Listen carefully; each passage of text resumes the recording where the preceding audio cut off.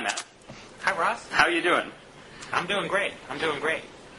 That's good. I'm. You can't see me now, but I'm actually sporting the popped collar look in honor of this really nice summer weather. I'm pretending that I'm on, Nantucket on my imaginary yacht, kicking back. But I think Is that where the pop collars come from? I think so. Isn't pop collar? I'm pretty sure. I mean, it might be a southern preppy affectation too, but I'm pretty sure it's very much a Hamptons, Nantucket, thing. But here, I thought it was a southern thing. Well, maybe it was a southern thing that migrated north. But if you go to Nantucket or Martha's Vineyard, you can every other guy has. I mean, some of them have the one collar pop thing going on, and so it goes back and forth. But I don't know. You can probably map like preppiness versus southern preppiness by the preponderance of pop collars or something. But intriguing. Anyway, that's not what we're here to talk about today. No. Speaking of southern preppies. Yes, Mr. Yes. Awesome transition. George Allen called an Indian American volunteer for his opponent's campaign, macaca, I believe. I believe that's correct, yes. Is the normal transliteration, which is either a French ethnic slur or a word for monkey, or some combination of the two. Well, and there are the two pieces of spin that the Allen camp have put out about Macaca-gate. One of them, I think, has been that this was a shortening of, or not a shortening, but a different version of Mohawk. Right. Because the kid in question has a mohawk. Or maybe that it was a combination of mohawk and mullet. And so there's been a whole debate about whether, in fact, his hairstyle, which seems to me to be sort of a chia pet mohawk, like it's not a straight up and down, it's not as thin as the traditional mohawk, it's sort of thicker. But there's been a whole debate about whether this is in fact... I believe faux hawk. Faux hawk, is that the term? For that. I believe so. Okay, well, you're more in touch with these things than I am, so I'll take your word for it. You got to move further east, hipster hairstyle. That's right. So that was one theory, and then the other theory was that it was some combination of either mullet and mohawk and the word caca, which mean for excrement. Are we allowed to curse on Blogging Heads TV? What's the rule? I think so. Okay, so I can say shithead, because this has been the defense, and it's very interesting to me that this is the defense that's being put out of George Allen, which is that he didn't mean to call him a derogatory French term for a North African. He meant to call him a shithead with a mohawk. Right. But the question is, I mean, does anyone really believe the Mohawk story? Just that he was trying to say Mohawk and somehow said macaca? No, I don't find it plausible. Although I have to say I don't find the idea that he actually used a variant on a French slur that persuasive either. It seems wildly implausible. I mean, I know that he speaks French and his mother is French and so on, but the idea that someone who's... Not just French, a French colonialist. A French colonialist at that. Sure. Yes, much like... No, Teresa Heinz Carey was not a French... Was she a French? She was a Portuguese. She was a Portuguese colonialist, right, and they were much the worse. worst. Oh, yeah, yes. They were terrible. And they held on for much longer, too, so... Tenacious. But yeah, anyway, I mean, here's George Allen. He's something of a towel-snapping frat boy or pretend frat boy or whatever it is. But he's also a fairly accomplished politician, someone who has a lot of experience in the public eye. And, I mean, I'm just sort of puzzled by the whole thing because I'm trying to figure out what he actually meant. And, the idea that he would just sort of pull out of the air this obscure slur for North Africans to use on a South Asian at a campaign event. I mean, if it's true, it suggests that he's a more interesting person than I thought he was, in a way. Well, but here we get back to, I think all the world, or at least all of D.C., has seen Ryan Liz's old article about George Allen and his affection for Confederate memorabilia and the Confederate flag in a way that would be relatively unremarkable for a born and raised in South Carolina, person. right? But that George Allen is actually not Southern. initially, and it was when he was living in Southern California in the late '60s, I guess, that he decided to start decorating his pickup truck and his jacket lapels with the stars and bars, which, to me is really suggestive of a person who's, actually just, like, seriously a racist and, like, not in, or in the way seriously that liberals sometimes accuse people of, using code words or signals or being insensitive or blah, blah, blah, blah, blah, but that, like, in the 60s, growing up in the North, in California, when civil rights was a big issue, George Allen decided to, take a stand for segregation. And so it's not, all that implausible to me that he might blurt something ridiculous out.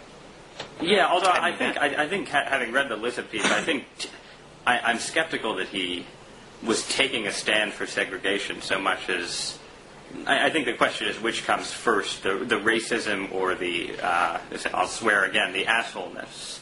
And I think for some people, there are people who are actually ideologically racist. These are the people who are writing for the American Renaissance magazine or whatever, and they actually have an ideological commitment to the racial inferiority of African Americans.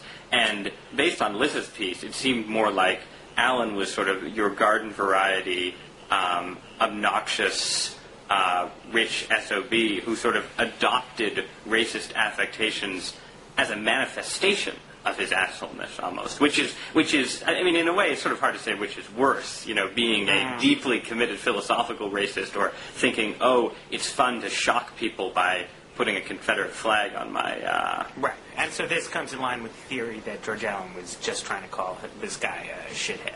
Yes, which again is, as a defense of him, I mean, I think it possibly tells you more about who George Allen is. I think there was something, maybe it was in the Lizza piece, also about how Allen was also... the stories about him as a child were that he liked to really, sort of push his sister around, and that there was some weird childhood dynamic. And I mean, basically, everything that I've heard about George Allen suggests that he is, George W. Bush without the charm. Fair enough. And without the sunny disposition. So. All right. Well, not a whole lot of dispute there. I mean, I guess I'm still holding out for hardcore, genuine racist. I think that's more interesting, really. Well, I mean, I think what you should be holding out for is George Allen as the Republican nominee in 2008. And so really yes and no. I've given up on the idea of, like, hoping for the party you don't like to nominate the worst possible person. And I kind of felt that it was great when the Republicans nominated George W. Bush because he seemed like such an idiot. And now, whatever, I'm through with that whole kind of logic. Hasn't worked out that well. No, it's bad. Parties are going to alternate in power. They should both nominate good people. Okay. I'll agree with you on that. So, speaking of nominations, Joe Lieberman did not get the Democratic nomination for Senate from Connecticut. Seems to be doing pretty well in his independent race against Ned Lamont, is up in the polls, so on and so forth. But at least among the sort of pundit class, the political elites in D.C., Lieberman, who had quite a lot of support, from left of center people in his primary bid against Lamont, has lost an enormous amount of it since he lost the primary. Most of the people who endorsed him in terms of elected officials came around to Lamont once he was the official nominee, and writers too, like John Chait, who'd been attacking Lamont before, wrote this piece saying Lieberman should drop out, and essentially hinging that just on the view that if you enter a primary, you undertake an obligation to accept its result. Right. You took issue with this. Well, I mean, John made he talked about the integrity. He made 2 points. First was the idea that the primary has a certain integrity that's violated if a losing candidate then runs as an independent. And his second point was that at this point, Lieberman running as an independent doesn't help his ideological cause, which is to say Democratic support for the Iraq War, and actively hurts it. And yeah, I thought both of those were pretty much unpersuasive. And it seems to me that you shouldn't fetishize a primary. A primary is what it is. It's a race for certain goods that then help you win a general election. And those goods include, I mean, as you say, the endorsements of all the elected officials in Washington of your party. They include a certain amount of money from the, Democratic National Committee, and they include the ability to be, put in the major party slot, which is obviously the place to be on a general election ballot. And Lamont has won all these things, and it's not as if Lieberman's contesting this or, trying to, sue to get some of the Democratic Party's money or something. Lieberman is, accepting the result of the primary, saying, okay, I'm no longer the Democratic Party's nominee, but I'm going to run. And I think that whatever sort of poor form is brought out by this, it's more than outweighed by the fact that, look, I mean, as you say, Lieberman's announced his independent candidacy, and immediately he's leading in the polls by 12 points, I think, in the last poll, whereas the Republican candidate, Alan Schlesinger, is getting, 4%. I think he's even trailing Lamont among Republican voters. There are more Republicans who are going to vote for Lamont than are going to vote for Schlesinger. But I mean, I think if you think about it this way, even in the terms you laid out, right, that, if it were the case that political parties, were able to make these kind of rules, if they were, more like standard private associations, I think it seems obvious that you would make the rule that one of the conditions for entering this contest, to gain the goods that come along with being the Democratic Party's nominee, it would be a commitment not to then run against the eventual nominee in the event that you lose. Right. Right. I mean, no. I concede that it is in some sense poor form. Right. I just think it's very. It's also, I mean, many states, have laws against these kind of sore loser campaigns. Obviously, because that's in the interests of both institutional political parties. Right, but it's clearly not in the interests of the voters. I mean, the voters. If Lieberman drops out, the voters are left with a choice between Lamont and Schlesinger, and most of those voters, even in Connecticut, aren't registered Democrats. Right. I do think. I mean, in this particular instance, because the Republicans nominated such a stinker. Right. That's true. But at the same time, that states that prohibit this kind of thing, I think that those laws are good ones. That they bolster the two-party system, which I know it's become a little fashionable, or perhaps it was always fashionable in America to run down, but that I actually think is good, and that provides voters with a structured choice and a way for politics to be meaningful, and that Lieberman's sort of defection from that, it comes as a corrective from the fact that the Connecticut Republicans started out by defecting from the idea of having two political parties that were going to run candidates, and didn't put up. Well, that's not entirely fair. Opponent. I think.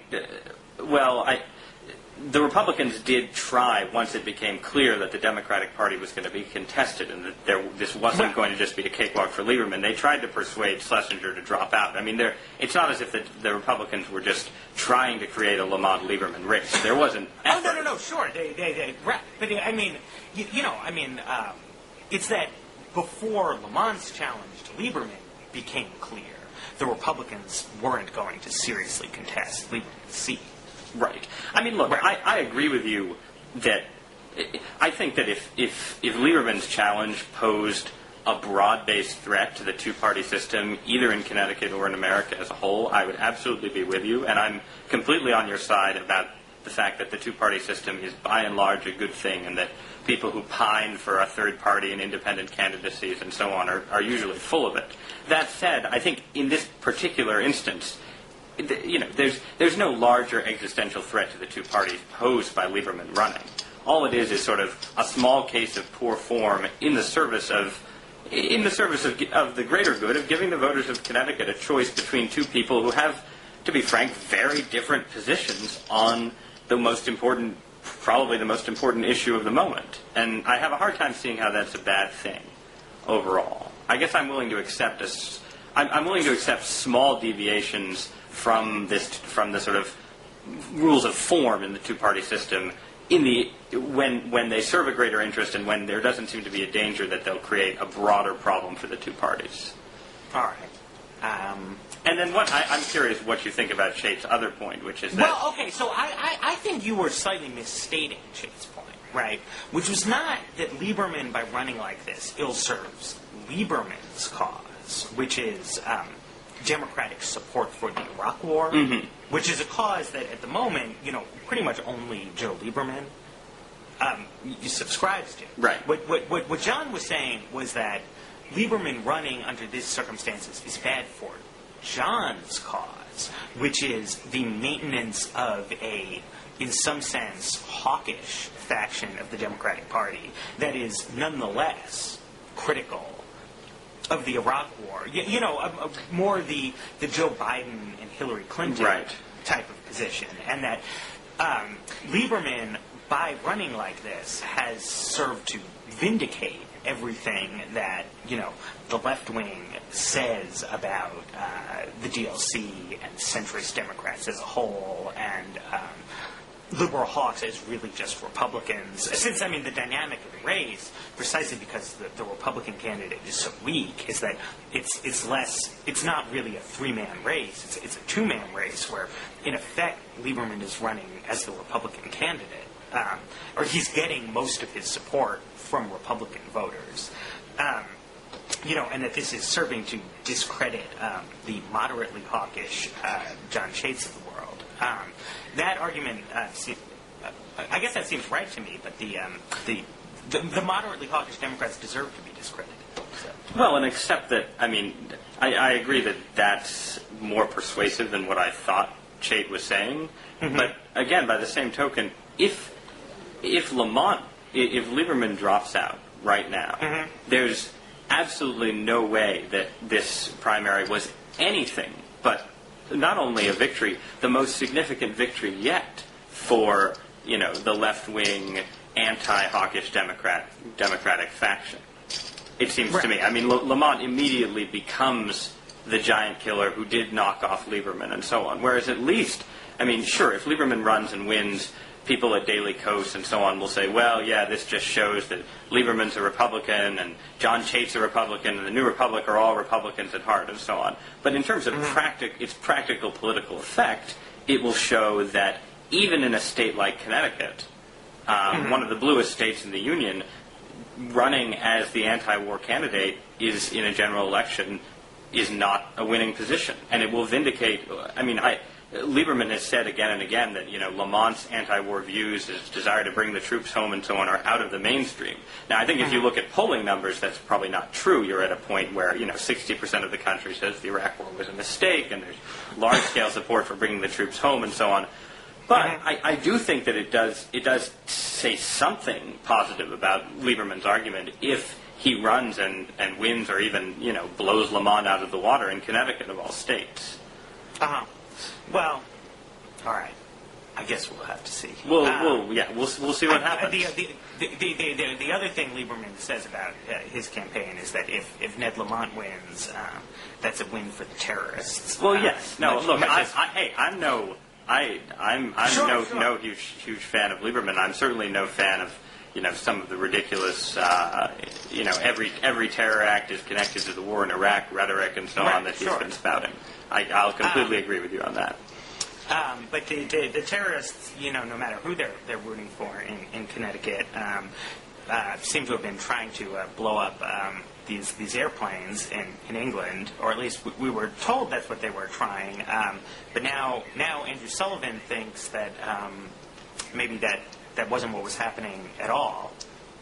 Right. Yes. He's been relying on, I think, news reports from England and so on, sort of more detailed looks at what actually happened in the run-up to the arrest. And there seem to be a lot of questions, not about so much whether the plot existed at all, but how far advanced it really was, how great a threat it really was. There's debate about whether these... At first people said, the terrorists, we arrested them just as they were about to do a dry run. Right.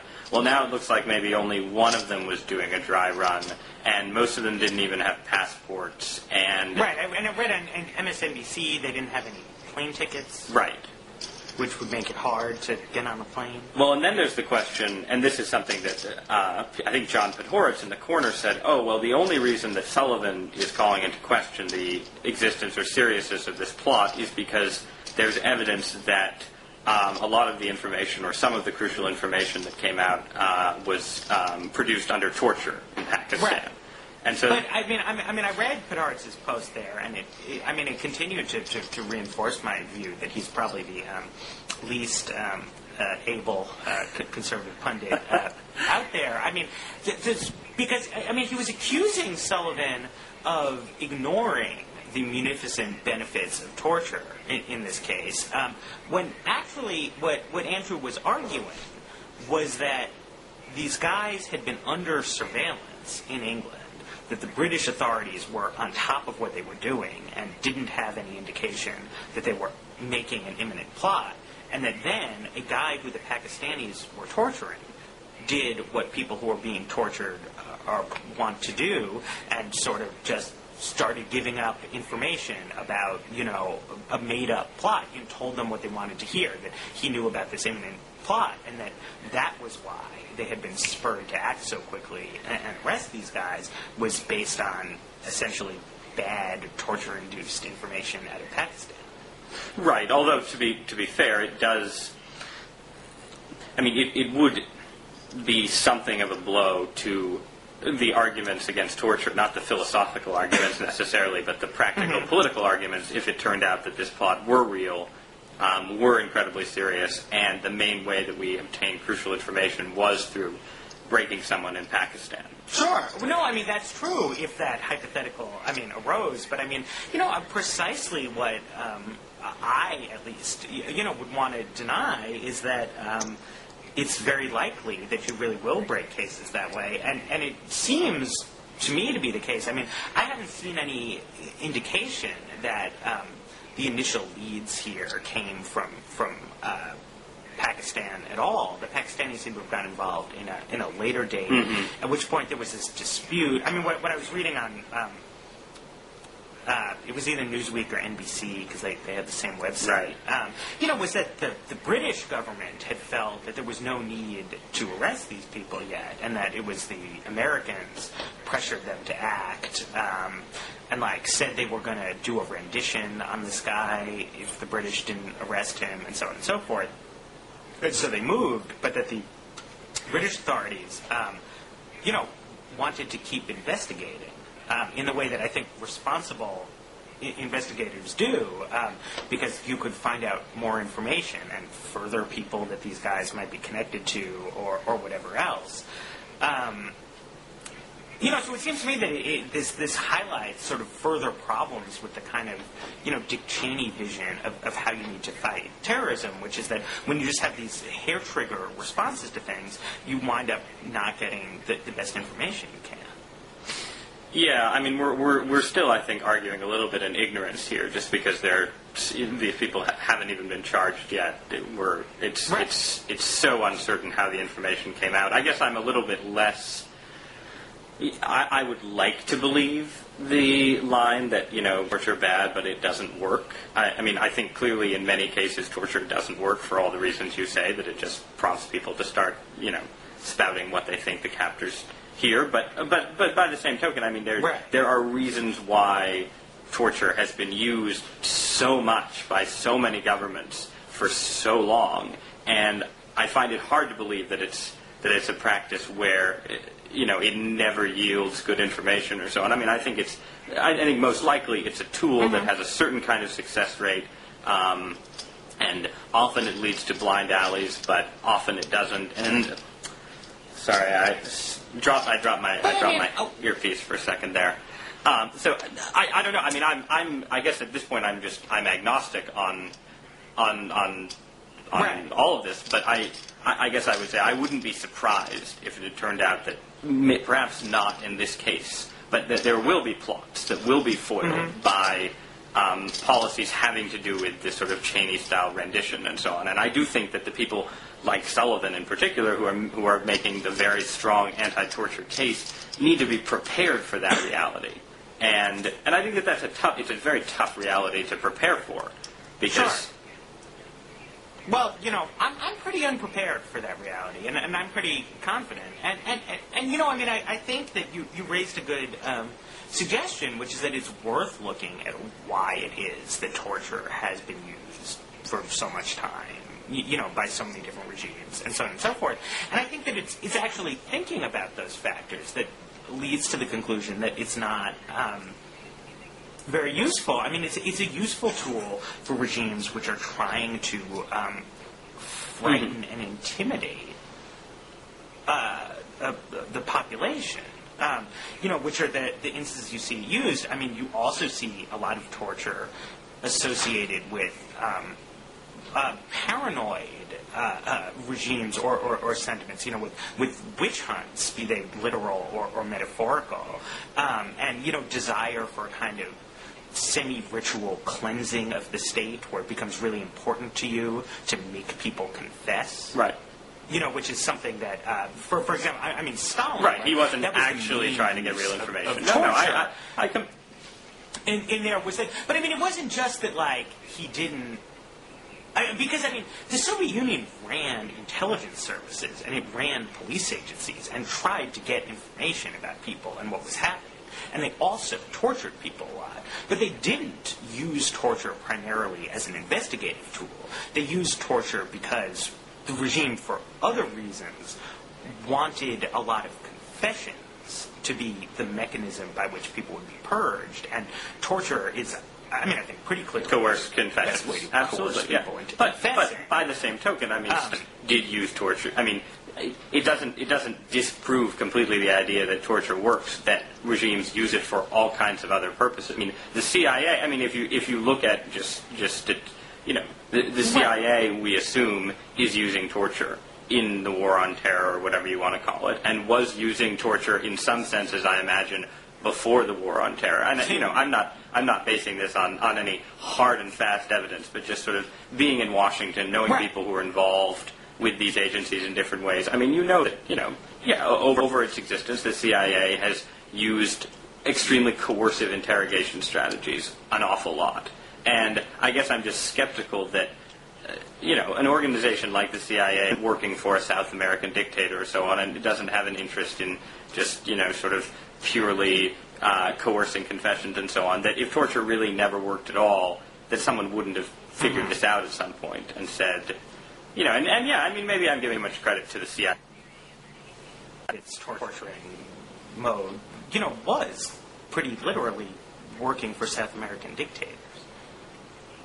Well, there is that. Right. I mean, so I don't know. I mean, I recognize that this is like a mighty convenient opinion for me to hold, but I'm genuinely unconvinced and a little bit weirdly untroubled ethically by torture. You're ethically. I'm not untroubled, but I don't actually work myself into precisely the lather of indignancy, the even if this was awesome and we could solve all of the world's problems by torturing 7 people, it would still be wrong. That seems odd to me. I mean, I don't know. So you really are you think you think it's bad generally, but it's particularly bad because it doesn't. I think that obviously in the totality of human experience, there could be a situation in which you torture someone and something useful results of that. But I think that the systematic application of torture, I think that telling an institutional bureaucracy that torture is now going to be one of the methods that it is allowed to use in pursuing its goals will have uniformly bad, systematic results. I mean, the agency that does that will still come up with some true information. I completely. I mean, my point wasn't that a brilliant method. It would be a good thing to tell the bureaucracy this. My point was just that from there are going to be, I think, moments where the sort of coercive interrogations yield actionable intelligence, and I think that just saying isn't going to be a winning strategy. But anyway, I mean, I guess let's turn to another one of your beliefs, though, totally losing idea, which is that we should not, in fact, respond in over-the-top way to this alleged liquid explosive plot by banning liquids everywhere on airplanes. John Horitz called my blog post on this the stupidest thing ever, I think. So you then went and wrote a whole column about it? Yes. Well, I mean, that's the only thing to do, I guess. Because it was awesome. Because I also had wanted to plug this old John Mueller Cato paper, because he has a book coming out, and it was a really good paper. And I'm sure his book is really great, though I haven't read it. But I would recommend it to you, the viewer. Or at least the paper. And this is the book about how terrorism is not, in fact, as frequent or as costly. Well, it can be what the book's about.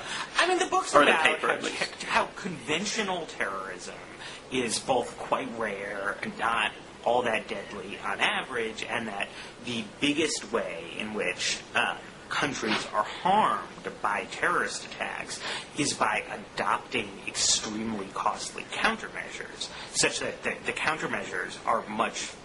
Right. The countermeasures are more damaging than the terrorism, in essence.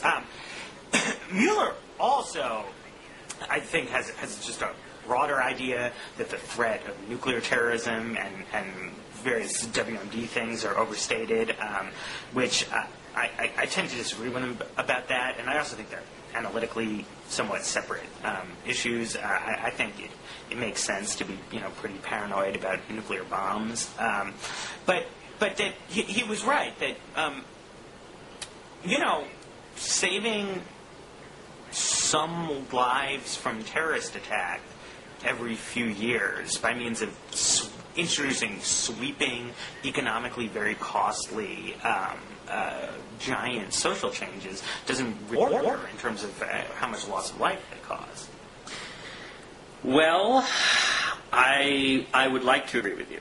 I think you're completely right on, let's say, the numbers. But I think what you're missing is...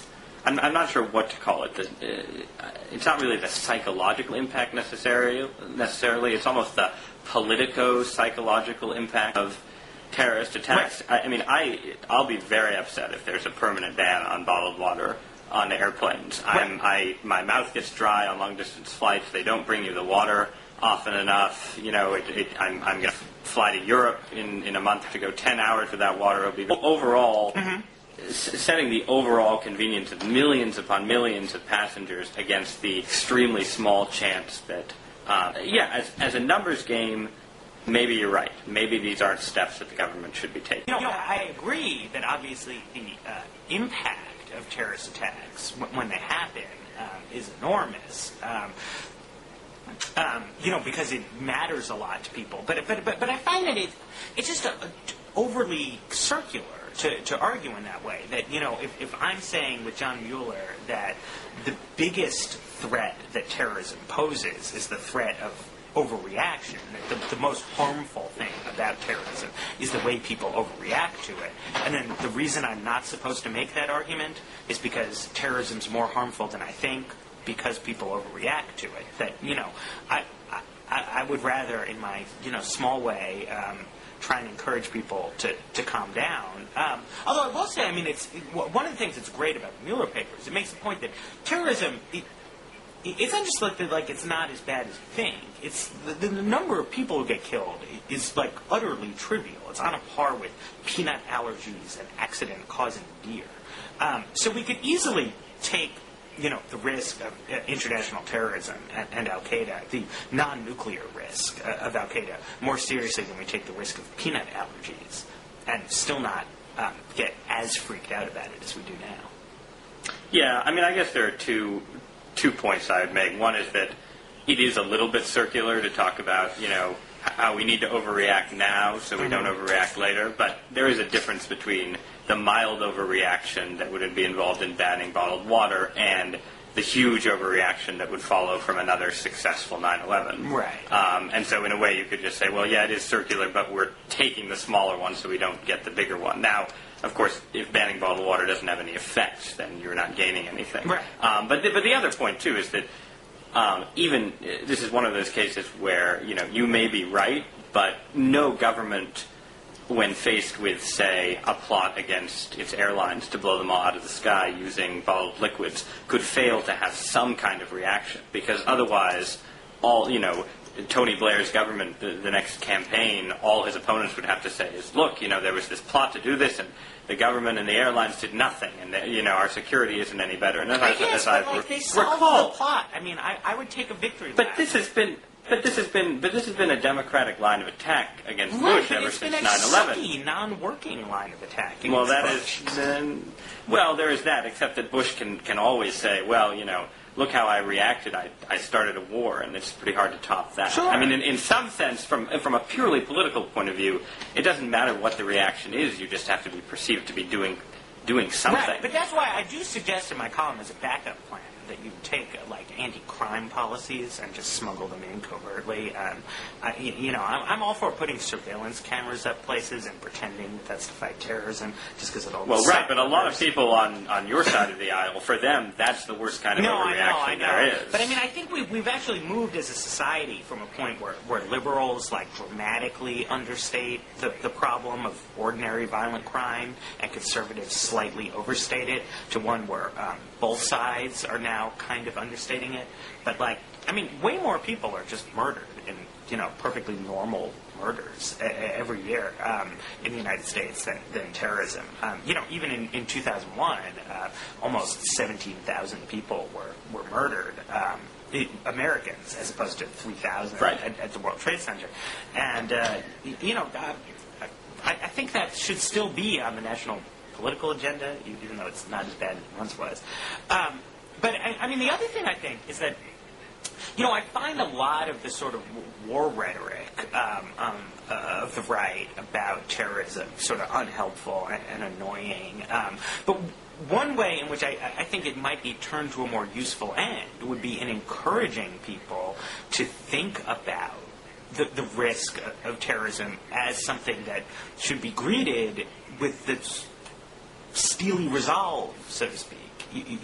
That if you really understand yourself as in a grand ideological clash, then the fact that you might lose a civilian airplane, while bad, and you grieve for the family, if you think of that as a crime, it's a monumental one. But the one part of the war stuff that I think is worth taking seriously is that if you think about that as a strategic threat, it's nothing. And, should be greeted as such by people. Right. Oh, but then you have the flip side, which is that the people who are arguing that we're in a grand ideological struggle because the reasons, they're sort of ammunition for the case that, America faces an existential threat is terrorist attacks. Right. They have every reason to build these things up and say, losing an airliner or something is a huge thing, akin to Pearl Harbor or something. Right. So, it gets bad, and it gets us to your historical analogies rundown. Right. My slightly tongue-in-cheek Wall Street Journal op-ed, in which I said that, look, we've got this problem in foreign policy punditry. It used to be you could say, realists versus idealists, hawks versus doves, and so on, but now everybody's confused. Republicans are fighting Republicans. Democrats are fighting Democrats. The godfather of Blogging Heads TV, Robert Wright, has proposed is progressive realism. Progressive realism, yeah. Right, and there are a host of other, democratic Wilsonianism or global sure. democratic globalism. Right, all these different theories. Right. So you said that we should just look at what year do you think it is. Right, and that there. I tried to pigeonhole everyone into 5 schools, and so it starts, on the paleocon right, they think it's 1919, and George W. Bush is Woodrow Wilson. The neocons right now think it's 1938, and Ahmadinejad's Hitler, and we're appeasing him, and so on. Right. Bush himself, and Bush has made this very explicit in speech after speech, really thinks it's 1942. We're in the middle of World War II, where the end game is democratizing Iraq the way we democratized Japan and Germany. Peter Beinart, for instance, and speaking, I think, for a host of people on the center left, has said, no, the model is 1948. The war on terror is like the Cold War. It's sort of a long-term struggle that should be fought mainly using soft power, only occasionally applying military force.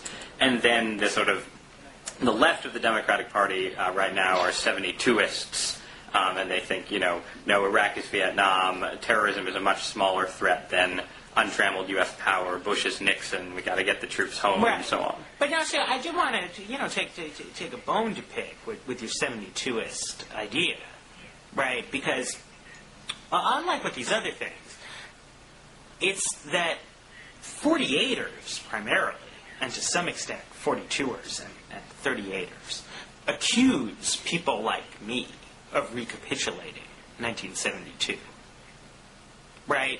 But it's different, yes. though.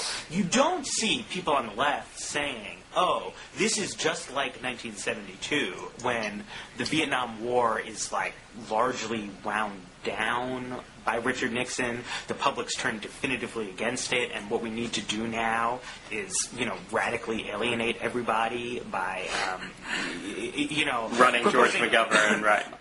Retreat from the whole world. I hadn't actually realized until recently, because I'm an ignorant person, that, George McGovern actually really was, ridiculously dovish about all kinds of things, even though he was correct about the war, and that it might have been totally rational to say that you were better off with Richard Nixon and 2 additional pointless years of engagement in Vietnam than withdrawing from Vietnam 2 years faster and also withdrawing from South Korea for no reason. Which it's interesting because I just read what I thought was a fascinating defense of McGovern from the American conservative right, for true his true blue heartland isolationism. Right. Well, because they're real. Right. But I mean that's just the point. I would say it's more like I don't know what year I would pick it, because I think historical analogies are bad. Well, actually, and this is a point I didn't make in the op-ed, but perhaps I should have, because since then everyone said, "Oh, well, what year are you, Ross? What year are you?" And I think part of the point of the op-ed was, clearly it's none of these years, and clearly historical analogies are often bad because history never exactly repeats itself. And one of the things, if I were to write a second op-ed about the topic, I guess I'd say, if there is a lesson of history, it's that lesson from history. So, in 1914, they're busy fighting 1870 and foolishly. And in 1938, they're desperately trying to avoid another 1914. And then in Vietnam, everybody in the Johnson cabinet saying, well, you can't have another Munich, you can't have another Munich, and so on. Right. I would say, you brought up at the end, sort of just the worrywarts view that maybe this is 1914 and things are spiraling out of control, which is something it's been written. Obviously there's historical debate as to what actually happened in 1914, and one view which is out there in the historical literature, though, which I sort of think it's 1914 in this sense, is that Germany deliberately wanted to use this crisis in the Balkans as a method of fighting preventative war against the rising power of Russia, and it wound up being a disaster.